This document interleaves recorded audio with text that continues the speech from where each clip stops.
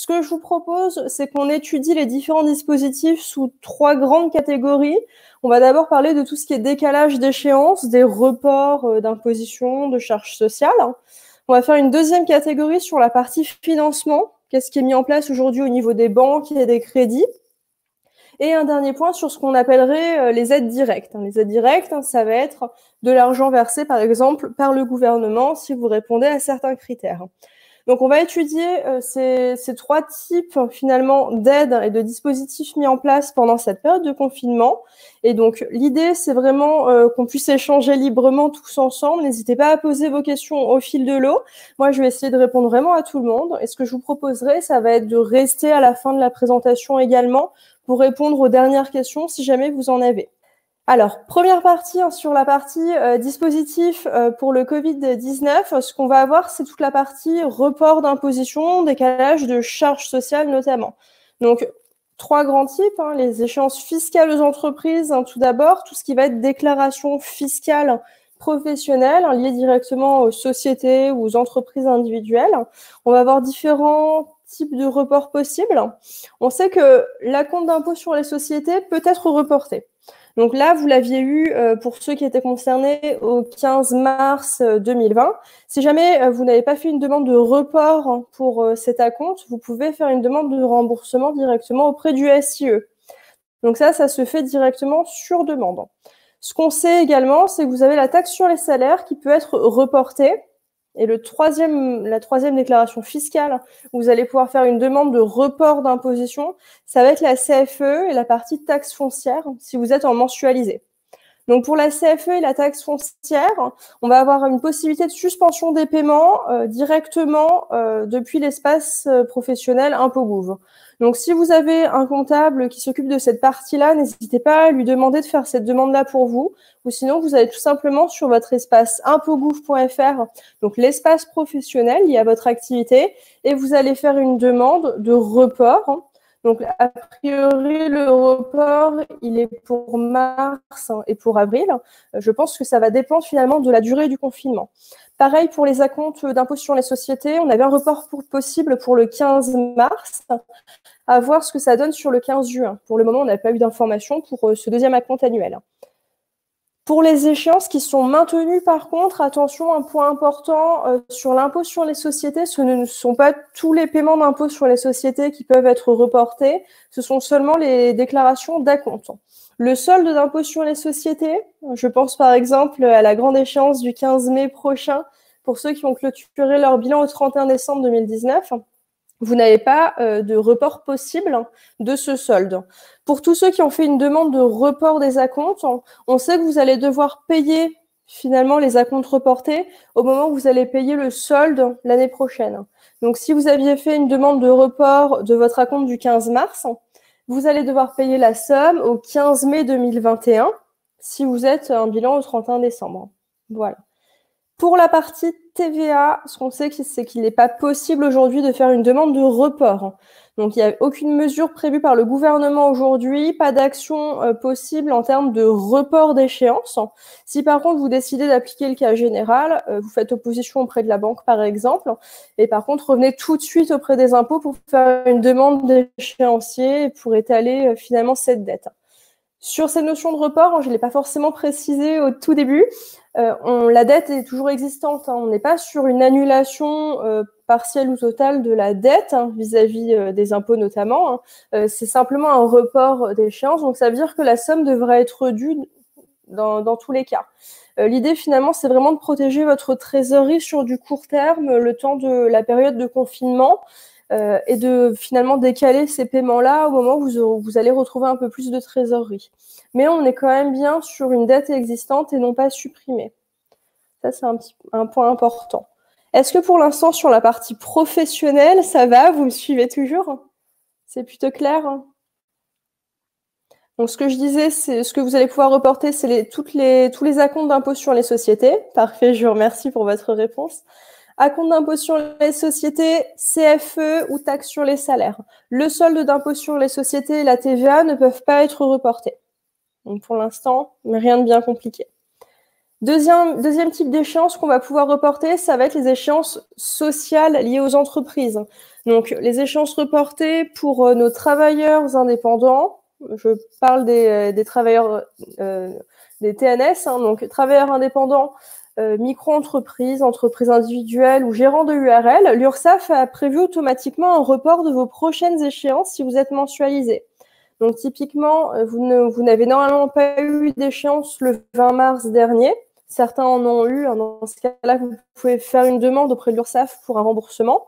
Vous n'allez pas avoir celle d'avril également. Donc, à voir pour combien de temps ça va durer. Je pense que ça va durer uniquement, finalement, le temps du confinement.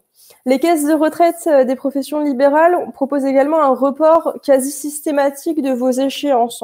Donc, l'idée, c'est vraiment de ne pas payer de charges sociales pendant la période mars-avril, voire mai, hein, en fonction de la durée du confinement. Ça, c'est pour les échéances actuelles. Maintenant, pour les échéances futures, on va avoir deux possibilités. Hein, si vous êtes en difficulté en termes de trésorerie, deux solutions qui peuvent vous être proposées. La première, c'est simplement de faire une demande de délai supplémentaire pour payer vos prochaines échéances. Le réseau des URSSAF a annoncé finalement qu'il n'y aurait ni pénalité ni majoration si vous faites une demande finalement de report et d'étalement de vos prochaines charges sociales. Donc, a priori, celles du mois d'avril sont déjà reportées et l'idée, du coup, c'est que ce qu'ils vous proposent de faire, finalement, c'est de recalculer votre échéancier sur le deuxième semestre 2020. Donc, les charges sociales qui sont reportées vont quand même devoir être payées, mais un petit peu plus tard dans l'année. Pour ces charges sociales qui vont être devoir payées finalement dans l'année, vous pouvez quand même demander un étalement supplémentaire si nécessaire. Deuxième possibilité, finalement, si jamais vous avez perdu de l'activité là pendant cette période, que vous vous rendez compte que la rémunération de 2020 ne va pas correspondre à celle de 2019, vous pouvez dès à présent moduler vos revenus directement sur le site de l'URSSAF ou de la Sécurité sociale des indépendants, en fonction de la caisse à laquelle vous cotisez. Et donc, vous allez pouvoir finalement leur communiquer votre revenu estimatif de 2020 dans le but de moduler vos appels et éviter d'avancer de la trésorerie que vous feriez rembourser que l'année prochaine. Ça, c'est une possibilité. Je vous encourage à le faire si jamais vous êtes dans cette situation-là. Si vous sentez une perte d'activité de votre côté sur l'année 2020, vous pouvez leur communiquer cette information pour recalculer directement vos charges sociales. Attention, point de vigilance par contre, si vous le faites. Si jamais finalement l'activité reprend son cours normal suite au confinement, et c'est vraiment ce que je vous souhaite, si jamais vous avez fait une estimation trop basse par rapport à la réalité, là vous pourriez avoir des pénalités et des majorations au moment où on va faire votre déclaration sociale des indépendants, donc en mai 2021. Donc point important, si vous modulez à la baisse vos revenus auprès de l'URSSAF dans le but de payer moins de charges sociales, dans le but de moduler vos charges sociales, et que finalement cette estimation était sous-estimé, que vous reprenez plus d'activités que prévu, pensez à refaire une modulation dans le sens inverse pour éviter des majorations. Voilà, donc ça, c'est le point important vis-à-vis de l'URSSAF qu'il faut savoir sur les différentes mesures qui sont proposées. Pour le report, il n'y a aucune action à mettre en place de votre côté, c'est les gros avantages. Ça a déjà été fait directement pour vous par les organismes. Et donc, si vous souhaitez moduler, dans le but de recalculer les charges sociales par rapport à votre réalité sur 2020, c'est possible. Mais attention à bien refaire une modulation dans le sens inverse si votre situation venait à bouger.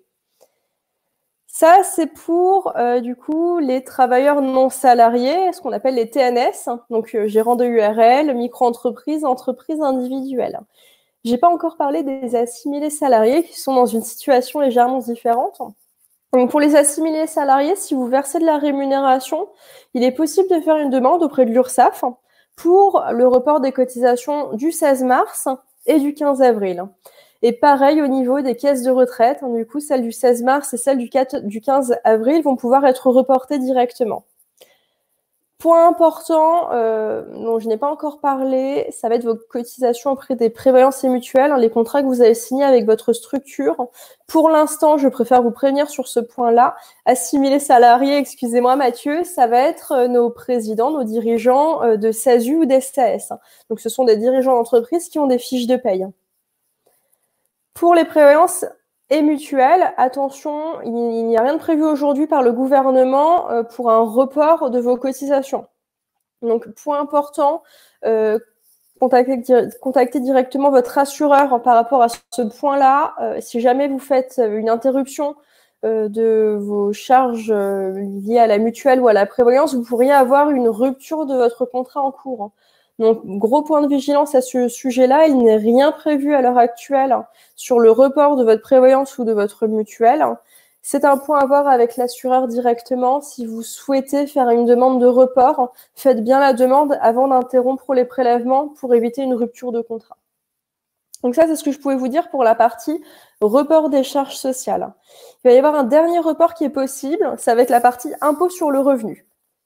L'impôt sur le revenu, encore une fois, je distingue les indépendants, travailleurs non salariés, donc micro-entreprises, entreprises individuelles, gérants de URL, et mes assimilés salariés, donc président, directeur général de SASU, SAS, avec fiche de paye. Donc tout d'abord pour les travailleurs non salariés, donc nos indépendants sans fiche de paye, vous payez normalement des acomptes d'impôt sur le revenu. Donc pour la partie acompte d'impôt sur le revenu, vous avez la possibilité aussi de faire un report directement sur votre site impôtgouv.fr, sur l'espace particulier. Donc le report d'échéance est possible sur le mois suivant et ça sera maximum 3 reports dans l'année. Donc si vous êtes mensualisé, vous pouvez faire un report pour les 3 prochains mois. Et ensuite, deuxième possibilité, un peu comme les charges sociales, vous pouvez faire aussi un ajustement de votre revenu estimé. Comme on est sur une notion de prélèvement à la source, vous pouvez dès à présent finalement communiquer la rémunération de 2020 pour corriger vos acomptes et que ceux-ci correspondent bien à la réalité de 2020. Encore une fois, c'est exactement le même principe que pour la partie charge sociale. Il faudra bien penser à faire une modulation à la hausse si jamais vous aviez sous-estimé votre perte de revenus. C'est un point important pour vraiment vous éviter des pénalités. Est-ce que pour l'instant, ça va? Donc, je vais parler des assimilés salariés. Les assimilés salariés, ça va aller vite. Comme vous avez des fiches de paye, vous avez un prélèvement à la source directement sur la rémunération, donc vous n'avez pas de report possible de l'impôt sur le revenu. C'est comme si vous étiez salarié. L'impôt sur le revenu, vous le payez en fonction du salaire versé. Et donc, si vous réduisez votre rémunération, que vous n'avez pas de rémunération, vous réduisez votre impôt du même montant. Dernier point, la partie report d'échéancier, on va dire auprès des fournisseurs. On en a parlé. Il y a une première allocution du président à ce sujet lors du début du confinement. Donc la question du loyer, l'idée finalement, c'est qu'aucune rupture de bail n'ait lieu en cas de non-paiement. Par contre, encore une fois, c'est exactement comme pour les factures d'eau et d'électricité. Il n'y aura pas non plus de suspension des services si vous décidez d'arrêter les prélèvements. Par contre, on vous conseille quand même d'adopter une attitude consensuelle vis-à-vis de votre fournisseur d'électricité. Alors Mathieu, je vois que vous avez une question concernant les prélèvements de dividendes. Alors, par rapport à l'impôt sur le revenu, vous me posez la question ?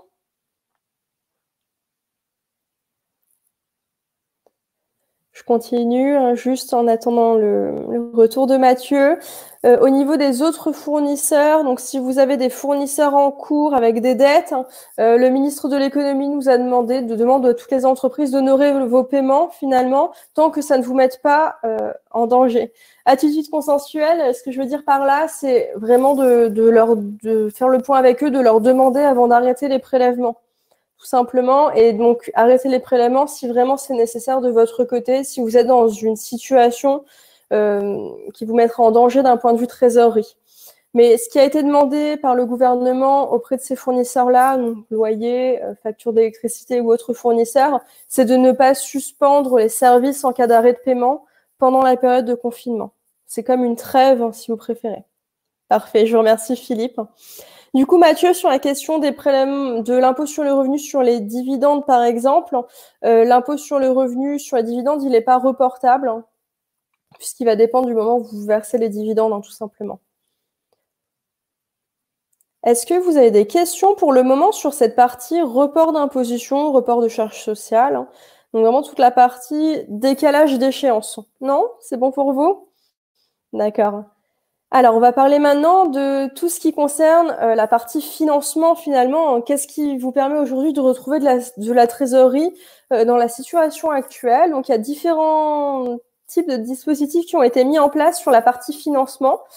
On a un prêt garanti par l'État.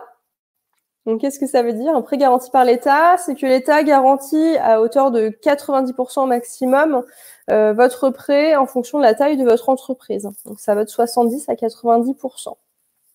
Par contre, ce crédit va être plafonné, c'est jusqu'à 25% du chiffre d'affaires de 2019 ou du dernier exercice clos dans le cas général. Donc, vous pouvez bénéficier d'un crédit, il faut le demander directement auprès de votre banque. Et donc, ça sera un prêt garanti par l'État à hauteur de 25% du chiffre d'affaires de votre exercice précédent. Ce crédit va avoir des circonstances un petit peu particulières, hein, des critères différents d'un crédit traditionnel, puisque vous allez pouvoir bénéficier d'un différé d'amortissement la première année de l'obtention du prêt. Le gros avantage, c'est que vous allez pouvoir commencer à payer votre échéancier qu'à partir de l'année prochaine. Donc ça, vraiment, c'est dans le but de protéger votre trésorerie pendant cette année 2020 qui est un peu compliquée.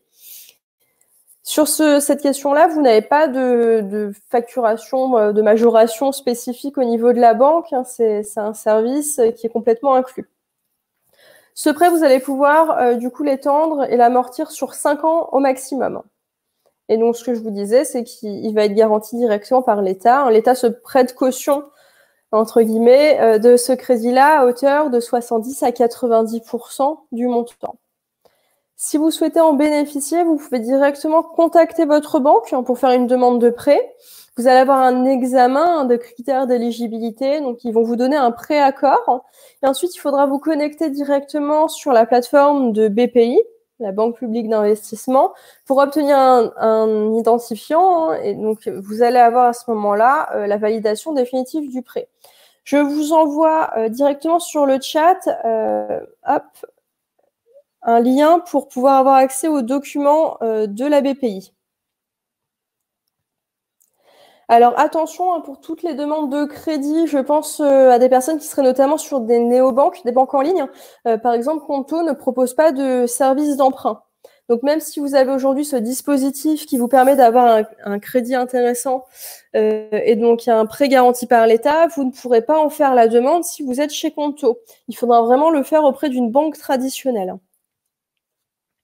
Alors vous pouvez également faire une demande d'emprunt bancaire directement auprès de la BPI. La BPI, elle peut vous garantir également vos emprunts, elle peut se porter caution pour vous auprès des banques traditionnelles. Et donc, vous pouvez également faire une demande de crédit chez la BPI avec des différés de remboursement, des réaménagements finalement de crédit moyen et long terme directement pour les clients BPI France. Donc, vous allez pouvoir également bénéficier d'une suspension de vos prochaines échéances de crédit bancaire pour les crédits BPI, hein, ça va être automatique. Et pour toutes les banques traditionnelles auprès de qui vous auriez fait des demandes de crédit, vous pouvez faire une demande de report de votre échéancier jusqu'aux 6 prochains mois. Donc ça, il faut le savoir. Et pour du coup le prêt garanti par l'État, vous allez pouvoir faire cette demande-là jusqu'au 31 décembre 2020. Vous n'êtes pas obligé de le faire pendant la période de confinement. Ça veut dire que si finalement vous ressentez des difficultés suite au confinement, mais après coup, donc sur la période, on va dire, deuxième semestre 2020, vous pourrez toujours faire cette demande d'emprunt jusqu'au 31 décembre 2020. Si vous souhaitez contacter la BPI pour avoir des informations, je vous mets également le numéro de téléphone sur le chat. Parfait. Donc, est-ce que vous avez des questions sur cette partie emprunt bancaire? Est-ce que certains d'entre vous ont déjà essayé de faire la demande? Je me permets de vous poser la question pour avoir un retour d'expérience. D'accord. D'accord. Bon, si jamais vous avez besoin d'un crédit bancaire, je vous mets également du coup l'information avec le médiateur de la BPI pour avoir les informations à ce sujet directement. Il faut savoir que ça fait partie des dispositifs qui ont été mis en place pendant cette période de confinement pour aider les entreprises à payer leurs charges et à retrouver un peu de trésorerie sur cette période.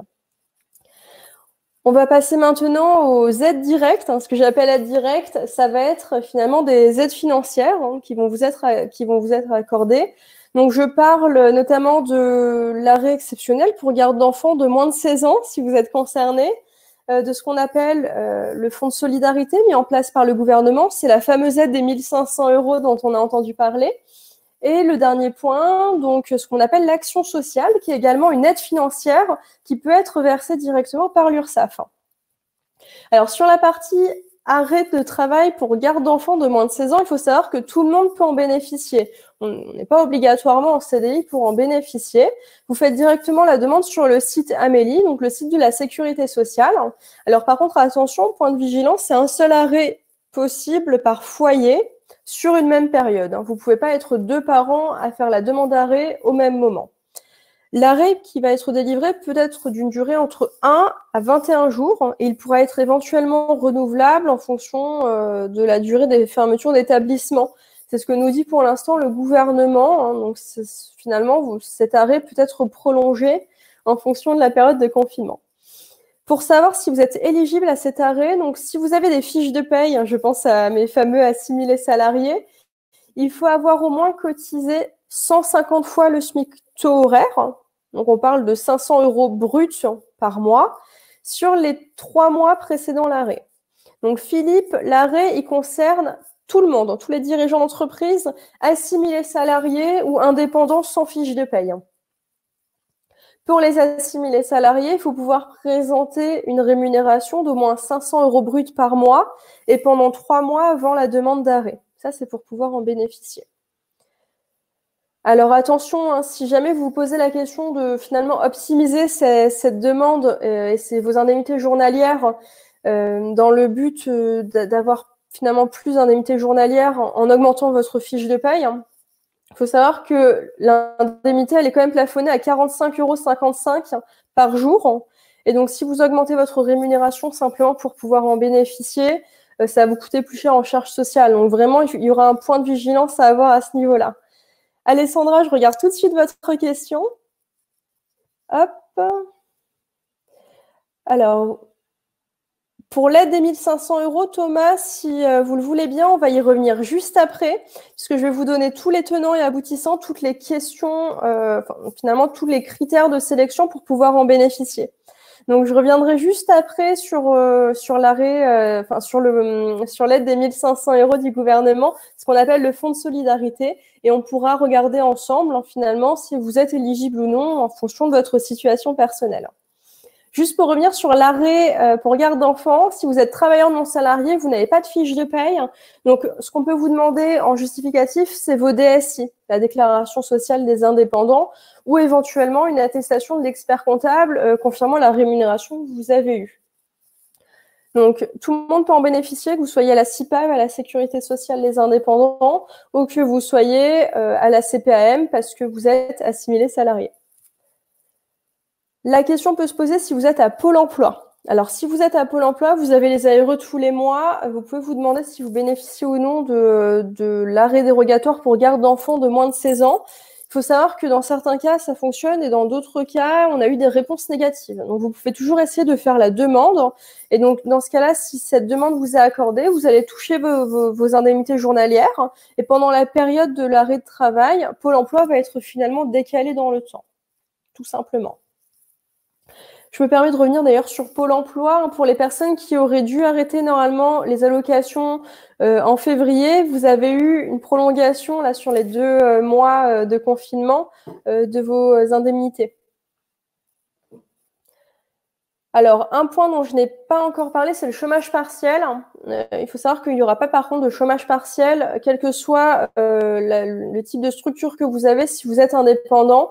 C'est uniquement pour les salariés au sens du droit du travail. Donc, au sens du droit du travail, ça veut dire avec contrat de travail, avec contrat de travail et lien de subordination entre la société et vous-même. Donc, vous ne pouvez pas être dirigeant de la société ni actionnaire.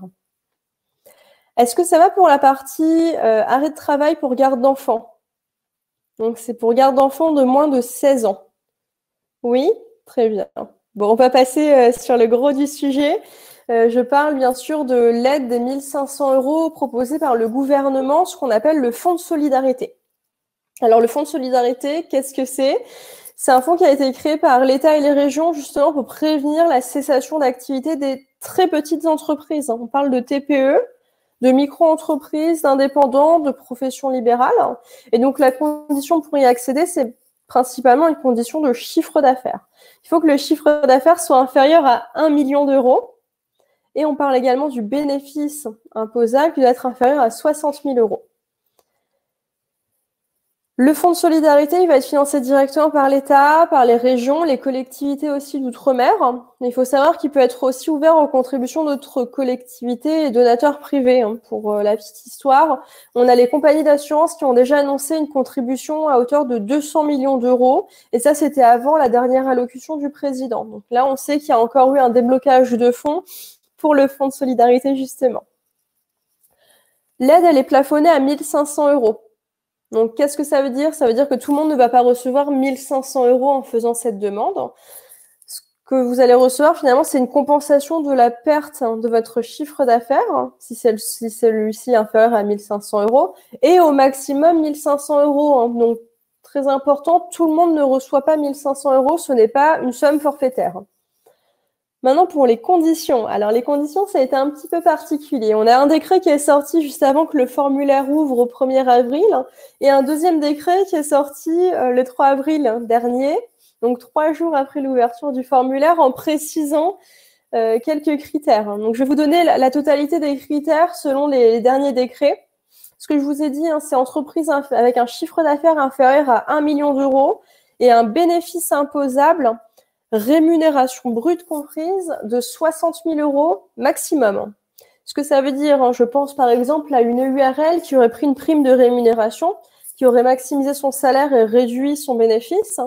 On va prendre votre bénéfice, mais on va prendre aussi le salaire du dirigeant et les charges sociales du dirigeant. Il faut que ce package finalement soit inférieur à 60 000 euros pour pouvoir être concerné par cette aide-là. Donc déjà, ça réduit le champ en termes de critères pour les personnes concernées. Il faut moins de 60 000 euros de rémunération nette, charges sociales et bénéfices inclus. Il ne faut pas avoir eu de Alors, pour pouvoir être concerné, il faut avoir une fermeture administrative imposée par le gouvernement ou une baisse de chiffre d'affaires d'au moins 50% entre mars 2019 et mars 2020. Là encore, je vais revenir sur ces critères qui sont un petit peu spécifiques sur le mode de comparaison de la perte de chiffre d'affaires. Pour la question de la fermeture administrative, c'est une fermeture administrative qui a été imposée par le gouvernement. Donc, je pense par exemple à certaines professions qui auraient fermé leur activité directement sous conseil de leur syndicat, par exemple, ou de leur association. Dans ce cas-là, vous n'êtes pas considéré comme fermeture administrative imposée par le gouvernement. Il y a une liste très précise des établissements qui ont fermé pour des raisons sanitaires. Donc ça, c'est à regarder, ou sinon, il faut vraiment avoir une baisse de chiffre d'affaires. Autre critère pour pouvoir en bénéficier, il faut avoir démarré l'activité avant le 1er février 2020. Donc, point important pour les primo-créateurs, si vous démarrez votre activité après le 1er février 2020, vous ne pouvez pas faire cette demande d'aide, même si finalement vous avez été impacté par le Covid-19. Autre point, il ne faut pas avoir eu de déclaration de cessation de paiement avant le 1er mars 2020. Ce qu'on veut, c'est finalement que vous n'ayez pas été en difficulté avant le 1er mars 2020 pour pouvoir justifier de la difficulté actuelle. Philippe, c'est tout à fait ça. Les sociétés de services, vous n'êtes pas concernés par ce qu'on appelle la fermeture administrative, dite comme ça dans le décret. Il faut avoir eu une perte d'activité d'au moins 50% pour vous pour faire la demande. Donc, ce que je disais, l'autre point, ne pas avoir eu de déclaration de cessation de paiement avant le 1er mars 2020, puisqu'il ne faut pas justifier finalement d'une difficulté au niveau de l'entreprise avant le début du confinement. Et la société doit avoir moins de 10 salariés. Donc, c'est vraiment sur les petites structures, ce qu'on appelle les TPE et les micro-entreprises inclus. Autre point sur le dernier décret où on a eu beaucoup plus de spécifications, ça va être sur la situation du dirigeant de la société ou l'exploitant de l'entreprise individuelle. À titre personnel, il ne faut pas avoir bénéficié de plus de 800 € d'indemnité journalière en mars 2020. Je pense par exemple du coup à ceux qui auraient fait une demande d'arrêt de travail pour garde d'enfants de moins de 16 ans, justement, je viens d'en parler. Si vous avez eu plus de 800 € d'indemnité journalière, vous n'allez pas pouvoir cumuler avec la demande d'aide des 1500 €. C'est soit l'un, soit l'autre. Par contre, si vous avez eu moins de 800 € d'indemnité journalière, là, vous pouvez faire la demande. L'autre point concernant le dirigeant, il ne faut pas être titulaire d'un contrat de travail à temps complet. Vous ne pouvez pas cumuler un CDI et votre situation de dirigeant pour faire la demande. Et dernier point, précisé dans le décret, vous ne devez pas percevoir de pension de retraite. Donc, vous ne pouvez pas être retraité et faire la demande d'aide des 1500 €. Il y a un point qui n'est pas cité, mais pourtant qui pourrait finalement être dans le décret, c'est les personnes qui bénéficient des ARE de Pôle emploi. Vous n'êtes pas dans le décret, donc vous pourriez faire la demande, même si vous recevez finalement de l'argent tous les mois à titre personnel. Donc pour vous, il n'y a pas de spécificité dans les derniers décrets sur la question de l'éligibilité sur l'aide des 1500 €. Vous pourriez a priori cumuler ARE et aide des 1500 €. Autre point, et oui, il y a beaucoup de critères, hein, la société ne doit pas être contrôlée par une autre société commerciale. On ne doit pas avoir finalement de notion mère-fille. Mais si par contre votre société contrôle elle-même d'autres sociétés, il faut que l'ensemble du groupe respecte ces conditions-là. On ne peut pas avoir qu'une seule société concernée par les critères.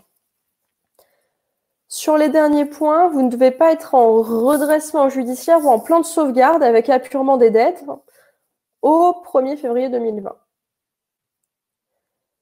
Alors, Olivier, une SASU n'est pas concernée. Une SASU, vous n'êtes pas sur une notion de groupe systématiquement. Si je pense, si vous posez la question par rapport à la notion de groupe, on n'est pas forcément en groupe en SASU. On peut avoir une SASU sans qu'il y ait de contrôle par une autre société, par exemple. Mais si par contre votre société est contrôlée par une autre société commerciale, effectivement, vous n'êtes pas concerné. Dernier point, dernier critère, il faut être à jour de ses obligations fiscales et sociales au 1er mars 2020. Vous devez être en capacité d'établir ce qu'on appelle une attestation de vigilance auprès de l'URSSAF ou une attestation de régularité fiscale auprès des impôts. Alors bien sûr, ce que nous dit le décret, c'est que si vous avez fait une demande de report, puisque ça faisait partie des dispositifs dont vous pouviez bénéficier, et si cette demande a été validée, alors bien sûr, vous êtes considéré comme à jour de vos obligations sociales et fiscales, hein, vous rentrez quand même dans les critères. Vous pouvez avoir un plan de règlement accepté par l'administration, hein, dans ce cas-là, vous bénéficiez quand même de l'aide. Et ce que je vous disais, hein, c'est que même les micro-entreprises peuvent bénéficier de cette aide-là. Donc, c'est TPE et micro-entreprises. Alors, ça fait beaucoup de critères. Est-ce que pour l'instant, vous arrivez à me suivre? J'espère ne pas avoir perdu tout le monde. Oui, bon, parfait. Alors, super. Je vous remercie pour votre retour. Donc, je vous parlais tout à l'heure, juste avant, hein, de ce critère de perte de 50% en moins de l'activité. Donc, comment on détermine cette perte d'activité? Le décret nous donne 3 possibilités différentes. Si vous êtes une entreprise existante au 1er mars 2019, donc vous avez créé la structure avant le 1er mars 2019, on va venir comparer le chiffre d'affaires du mois de mars 2019 à celui du mois de mars 2020. Et on va regarder finalement entre les deux s'il y a une perte de chiffre d'affaires de plus ou moins 50%. Si la société a été créée après le 1er mars 2019, vous n'êtes pas en capacité de comparer ces 2 mois-là. Donc, ce que le décret nous dit, c'est qu'on va prendre le chiffre d'affaires mensuel moyen entre la date de création et le 1er mars 2020. Et on va comparer mois de mars 2020 et chiffre d'affaires moyen mensuel de la période depuis le début de la création. Dernier critère, si vous étiez entrepreneur et que vous avez bénéficié d'un congé pour maladie, accident de travail ou congé maternité en mars 2019, on va venir également comparer un chiffre d'affaires moyen mensuel, mais cette fois entre le 1er avril 2019 et le 1er mars 2020. Donc, 3 possibilités. Vous avez créé avant mars 2019. On regarde, on fait un focus sur mars 2019 et mars 2020. Et dans les autres cas, soit vous avez créé après, on prend le chiffre d'affaires moyen mensuel sur la période et mars 2020, ou vous avez eu un congé, un arrêt ou un accident du travail sur mars 2019, on compare le chiffre d'affaires moyen mensuel entre le 1er avril et le 1er mars. Est-ce que ça va pour l'instant? Je n'arrête pas de vous demander ça, mais je préfère vraiment que ce soit bien clair sur ces notions-là. D'accord. Parfait. Donc, au niveau de la question du chiffre d'affaires, c'est une question qu'on me pose souvent. Est-ce qu'on prend le chiffre d'affaires facturé ou encaissé? C'est une très bonne question, hein, justement.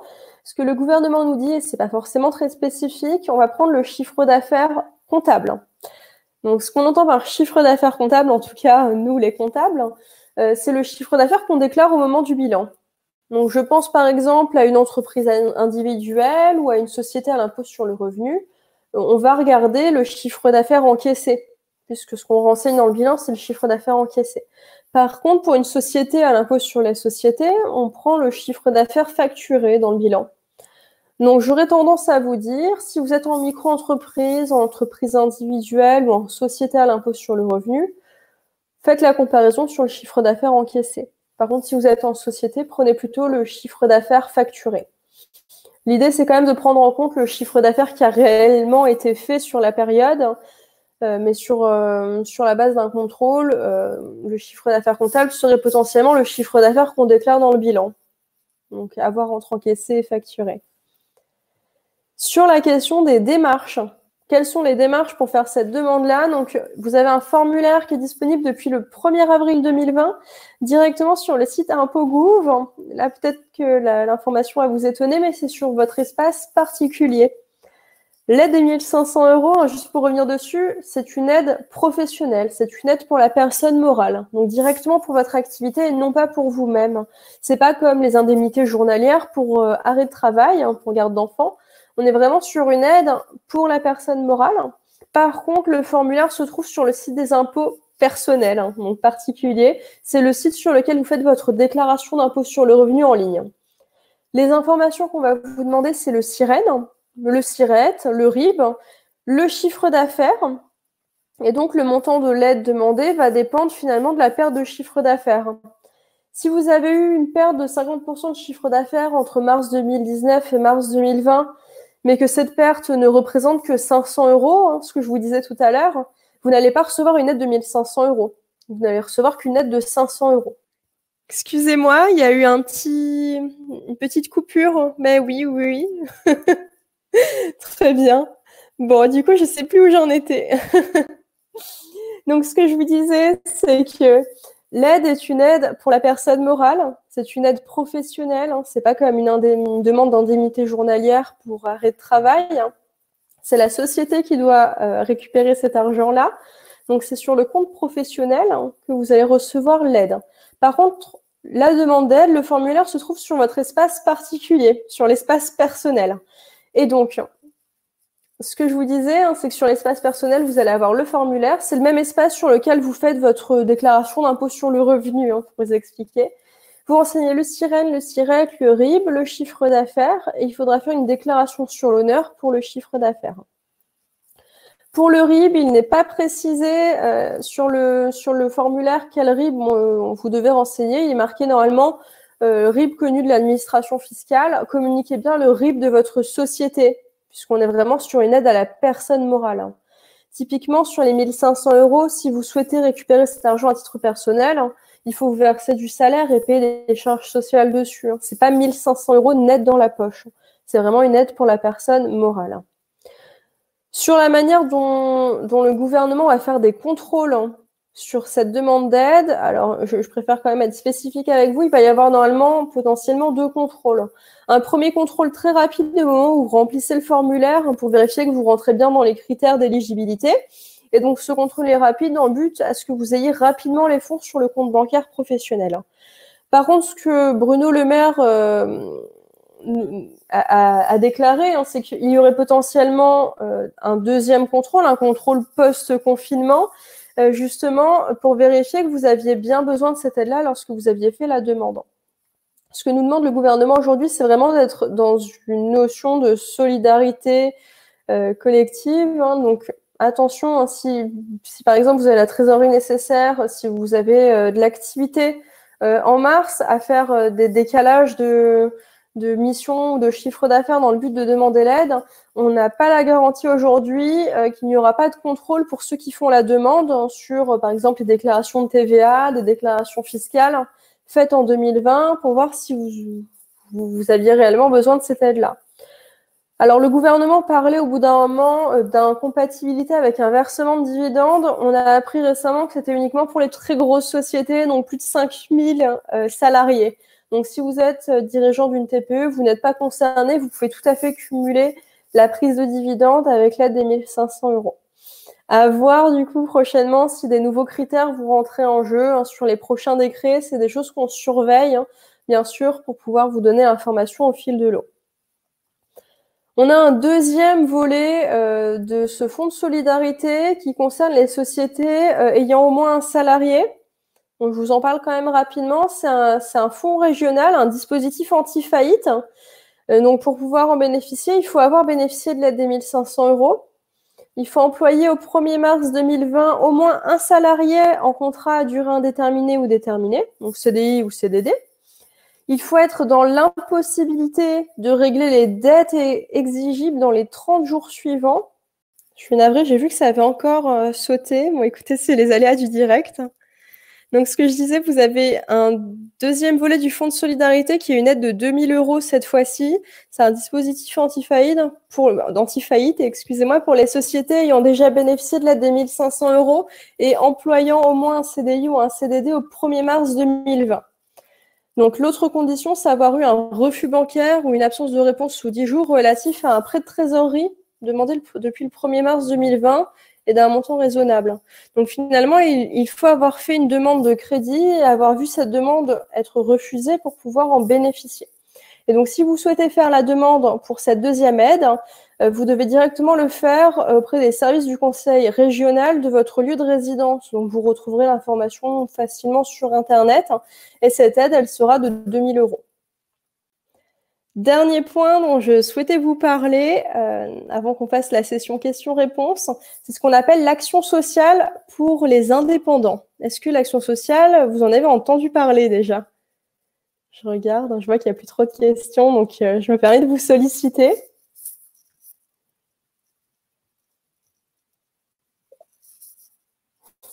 Merci Olivier. Oui, d'accord. Alors, je vous explique un petit peu le fonctionnement. Pour vous expliquer la petite histoire de l'action sociale pour les indépendants, ça a été mis en place directement par la Sécurité sociale des indépendants, donc l'URSSAF.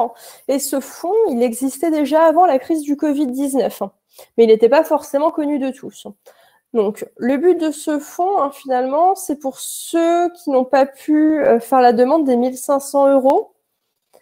Ça va être deux possibilités, soit une prise en charge de tout ou partie de vos cotisations sociales dues, et deuxième point, potentiellement une aide exceptionnelle ponctuelle dont le montant sera à déterminer en fonction de votre situation. Donc, vous pouvez effectivement également bénéficier d'une aide financière.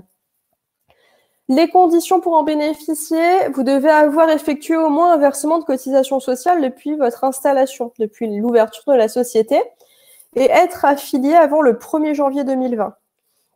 Donc là, encore une fois, ça ne concerne pas les primo-créateurs d'entreprises. On est vraiment sur des sociétés existantes au 1er janvier 2020 qui ont déjà fait un paiement, un premier paiement en tout cas de charges sociales. Il faut avoir été impacté de manière significative par les mesures de réduction ou de suspension de l'activité. Ce qui est intéressant, c'est que le formulaire est différent de celui du gouvernement par rapport à l'aide des 1500 €, où vous allez pouvoir finalement plus expliquer en détail votre situation. Donc, je pense par exemple à une société qui n'aurait pas eu de comparaison de chiffre d'affaires et qui n'a pas pu faire la demande d'aide des 1500 €. Là, vous pourriez éventuellement être concerné. Juste après, je vous envoie le lien sur la sécurité sociale des indépendants pour pouvoir regarder le formulaire. Et donc, il faut être à jour de ses cotisations et contributions sociales personnelles au 31 décembre 2019. Il ne faut pas avoir de dette sociale au 31 décembre 2019 pour pouvoir en bénéficier. Et donc, ce que je vous disais, c'est que la demande, elle se fait directement sur le site de la Sécurité sociale des indépendants. Je vous mets le lien tout de suite sur le chat. Voilà, donc vous pourrez voir ça. Ce que je vous disais sur le format de l'aide, et c'est ce qui est intéressant, c'est que vous allez avoir d'un côté une prise en charge totale ou partielle de vos cotisations sociales dues sur 2020. Et l'autre point, c'est une aide exceptionnelle qui peut être accordée. Donc, le montant est à déterminer en fonction de votre situation personnelle. Il me semble que sur le formulaire, on vous demande de détailler vos dettes personnelles. Et donc, le montant peut varier en fonction de votre situation. Attention à ce que je vous disais, c'est que l'action sociale est un fonds qui existait avant la crise du Covid-19. Donc, potentiellement, elle ne pourra pas concerner tous les cotisants. Donc, éventuellement, si vous êtes concerné, si vous n'êtes pas concerné par l'aide des 1 500 € puisque ce n'est pas cumulable, vous pouvez faire cette deuxième demande d'aide. Donc, vous aurez peut-être un petit peu plus de chance que sur celle du Fonds de solidarité. Alors, c'était toutes les informations que je souhaitais vous demander. Donc, est-ce que ça s'applique aux assimilés salariés également?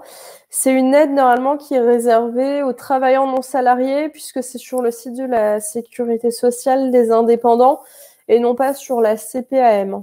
Après, vous pouvez toujours essayer de faire la demande. Alors, oui, je peux vous donner mon mail sans problème. Donc, je le communiquerai dans ces cas-là à Alessandra après le webinaire, si besoin. Si vous souhaitez nous contacter, on pourra vous contacter également si vous avez des questions sur Nova, tout simplement sur le suivi ou sur le webinaire directement. L'idée, c'est qu'on organise très régulièrement des webinaires sur le sujet du Covid-19 en fonction de l'actualité et des décrets qui sortent pour vous donner des informations toujours plus à jour en fonction de ce qui sort. Donc, n'hésitez surtout pas à nous contacter après ce point-là pour que vous puissiez tout simplement avoir les informations au fil de l'eau. Est-ce que vous aviez des questions sur tout ce dont on a parlé? Donc, ça va faire une petite heure bientôt. Il y a eu beaucoup de choses. J'espère que ça a été clair. Et encore désolée pour les petites coupures.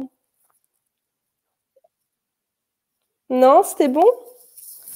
Donc, je reste encore un petit peu si vous avez des questions. Alors, l'aide des 1 500 €, ce que je vous ai dit, c'était pour mars uniquement, mais ça va être aussi reconduit sur avril. Donc, à voir si les conditions sont exactement les mêmes ou si celle-ci varie un peu. On vous tiendra bien sûr au courant. On fera un prochain webinaire sur ces sujets-là si vous êtes intéressés. Donc, n'hésitez pas à nous contacter. Pas très encourageant, mais Philippe, je suis navrée. À la limite, faites toujours la demande auprès de la Sécurité sociale des indépendants si vous n'êtes pas assimilé salarié. C'est une aide supplémentaire qui existe par rapport à l'aide des 1 500 €. Donc, j'ai envie de dire, vous pouvez peut-être tenter votre chance pour en bénéficier. Alors, Mathieu, à la limite des 60 000 € peut-elle évoluer? Il faut savoir qu'elle a déjà évolué. De base, on était sur 60 000 € de bénéfices et ils ont finalement restreint le champ sur le deuxième décret puisque c'est rémunération et charges sociales inclus depuis le dernier décret. Donc, le champ a été encore plus restrictif finalement suite au dernier décret. Je ne pense pas que ça évolue dans le bon sens, si vous voulez mon avis personnel. Alors, pour la demande d'arrêt de travail, il faut la faire directement sur le site Amélie. Normalement, vous devez recevoir un accusé de réception. Donc, peut-être que vous n'êtes pas allé au bout de la démarche. Pareil, quand vous faites la demande de dispositif d'aide des 1 500 € sur le formulaire, allez bien jusqu'au bout de la démarche. Il faut avoir reçu impérativement un accusé de réception. Je vous dis ça puisque l'un de mes clients avait fait la demande, avait reçu l'information que c'était OK. Mais il fallait vraiment cliquer sur le bouton pour avoir l'accusé de réception, sinon il ne vous envoie pas la demande. Voilà, je vous laisse voir et si vous avez des questions, n'hésitez pas à me recontacter dans ce cas-là. Bon, j'ai l'impression qu'il n'y a plus trop de questions. Mais en tout cas, je vous remercie à tous et je vous souhaite un bon courage pour cette période de confinement qui est difficile pour tout le monde. On essaye de s'adapter, hein, on fait en fonction de la situation. Voilà, et je vous remercie d'avoir été tous présents à ce webinaire, d'avoir participé. C'était super de pouvoir échanger avec vous. Je vous souhaite une très, très bonne journée, un bon courage pour la suite. Puis n'hésitez pas à revenir vers nous si vous avez des questions.